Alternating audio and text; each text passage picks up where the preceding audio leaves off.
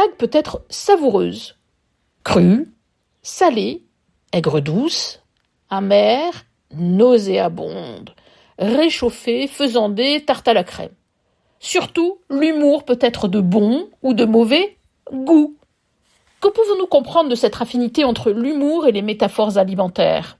À ma très grande surprise, il existe sur cette question un colloque international nommé Tasting Funny, donc goûter le drôle, qui examinera cette question les 14, 15 et 16 septembre 2023 à l'université de Bâle en Suisse.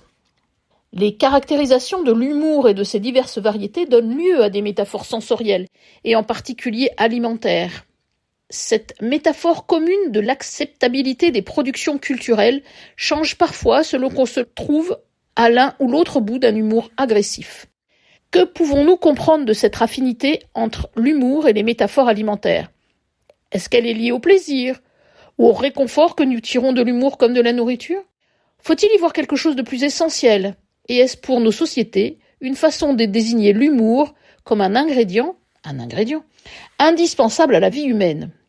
Humour et nourriture suscitent en nous des réactions comparables. Pour partie, elles sont sensorielles, ou tout au moins immédiates, avec l'appel à nos souvenirs et à certaines références, ou le risque de susciter le dégoût. Mais elles sont également, ces réactions comparables, en partie cognitives ou au moins différées, avec parfois un arrière-goût dégoûtant ou délicieux.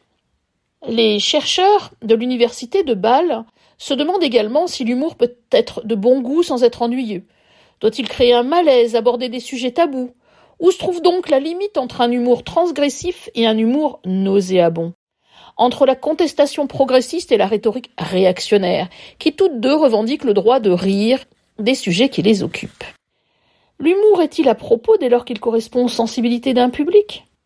Si l'on réduisait la notion de blague douteuse à la seule théorie de Thomas Veitch, alors une blague raciste servie à un public raciste perdrait son caractère inacceptable face à des destinataires pour lesquels la violation est suffisamment mineure.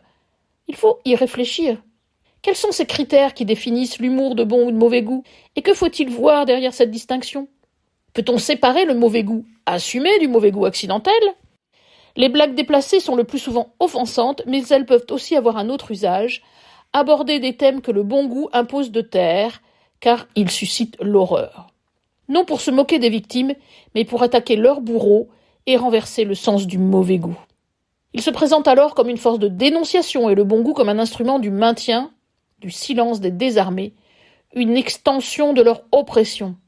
Sur le terrain profondément politique qu'est l'humour, il faut toutefois distinguer le mauvais goût d'un discours nauséabond et le mauvais goût d'un sujet pénible et tabou. Il y a en tout cas une parenté entre le bon goût et les normes sociales, et le mauvais goût soulève des questions de cohésion et d'appartenance. Filant la métaphore alimentaire jusque dans la cuisine, on peut également se demander s'il existe des recettes pour un humour inratable, amusant pour tous, des écueils certains, garantis de déplaire, dans toutes les langues, cultures et époques, ou bien si l'humour est si profondément ancré dans un espace géographique, social et temporel qu'il ne permet aucunement un invariant universel.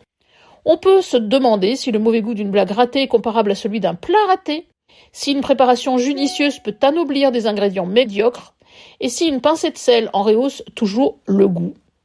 Les propositions qui seront présentées lors de ce colloque de mi-septembre à Bâle sont pour l'instant en cours de rassemblement, et il y aura certainement des sujets comme le bon et le mauvais goût comme caractérisation de l'humour, les variétés d'humour de mauvais goût, le kitsch, le mur noir, le gore, le voyant, le grivois, le gênant, etc., ainsi que le bon et le mauvais goût comme stratégie dans les productions humoristiques, etc.